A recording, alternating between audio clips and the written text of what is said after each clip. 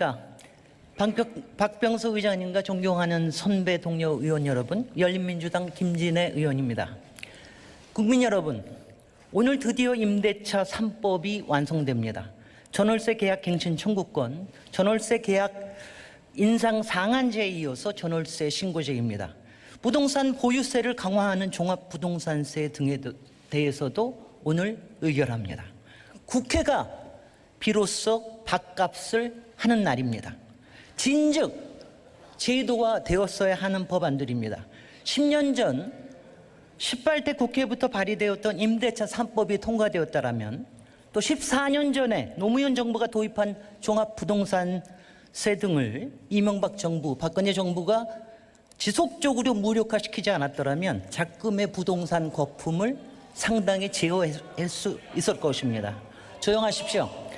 적어도 문재인 정부 초기에 법제화되었더라면 얼마나 좋았겠습니까? 그러나 20대 국회가 집요하게 부동산 개혁을 막아섰더랬습니다.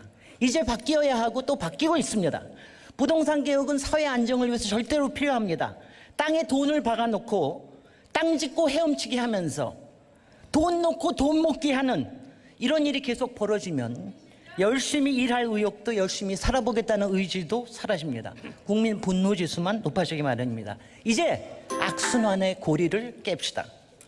부동산이 아니라 진정한 주택 정책으로 탈바꿈해야 합니다. 임차인으로 살아도 좋습니다. 쫓겨날 걱정 없이 전월세 너무 오르지 않게만 하면 임차인으로 살아도 좋습니다.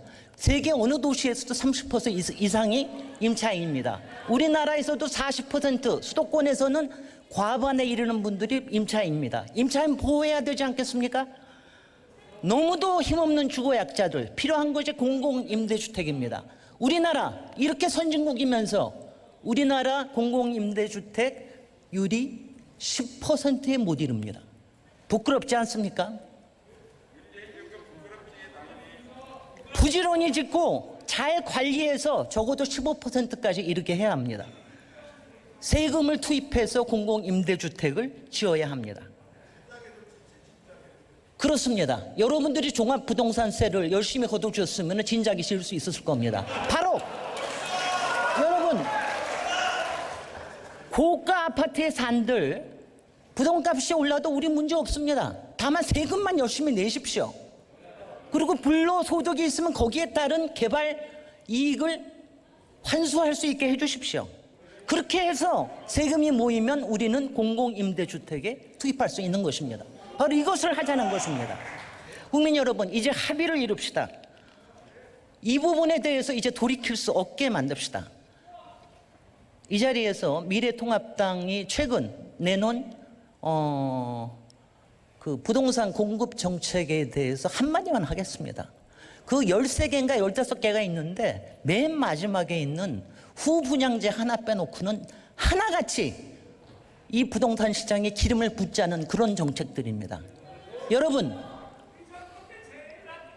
초과이익 환수하고 세금 제대로 납부하게 해서 그렇게 해서 적어도 수요 억제를 할 수 있는 제도가 만들어지기 전까지는 여러분들 기름 붓지 마십시오. 누구 좋자고 하는 겁니까? 누구 좋자고 하는 겁니까? 그런 규제 완화해서 어디로 돌아가자는 것입니까? 여러분, 제가 이 자리에서 국민 여러분, 제가 기획재정부에 권합니다. 이번에 시작은 했지만 앞으로도 갈 길이 멉니다. 기획재정부 정신 좀 차려주십시오. 이번에 겨우 할 일 요만큼 했다고 다 했다고 생각하지 마십시오. 앞으로도 보유세에 관련된 거는 계속해서 비전을 제시해야 됩니다. 주택 공급에 대한 것도 그렇게 모든 걸 기획재정부에서 다 들고 있지 마십시오. 국토부에 힘을 주게 하십시오.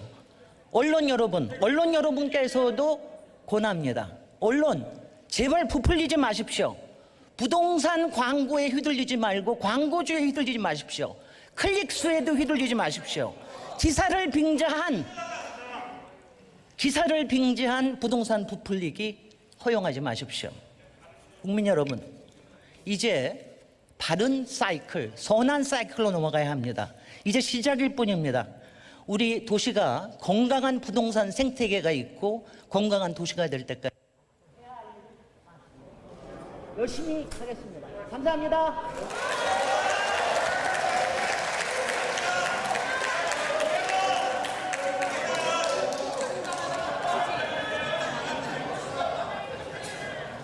예, 김진애 의원 수고하셨습니다. 다음은 용혜인 의원 나오셔서